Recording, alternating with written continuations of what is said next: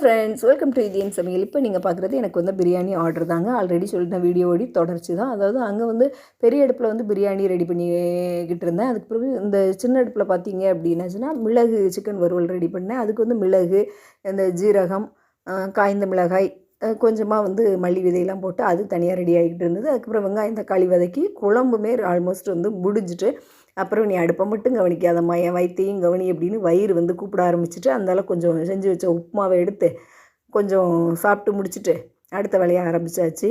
பார்த்திங்கன்னா ஞாயிற்றுக்கிழமை உப்புமா தான் கிண்டுனேன். இப்படி தான் ஈஸியான வேலைலாம் பண்ணுவேங்க. அதுக்கப்புறம் பார்த்திங்க அப்படின்னா பிரியாணிக்கு அரிசிலாம் போட்டு அது வெந்துக்கிட்டு இருந்தது. அப்புறம் தயிர் நம்ம ஆல்ரெடி உர ஊற்றி வச்சுருந்தோம், அதை ரெடி பண்ணியாச்சு. அப்புறம் பார்த்திங்கன்னா பிரியாணியுமே ஆல்மோஸ்ட் எல்லாம் ரெடி ஆகிட்டு, அந்த சிக்கன் வறுவலும் சூப்பராக வந்து ரெடி ஆகிட்டு, மொத்தத்தில் வந்து கரெக்டாக வந்து 12:50க்கெலாம் எல்லாமே முடித்து அவங்களுக்கு வந்து சூப்பராக டெலிவரியும் பண்ணியாச்சுங்க.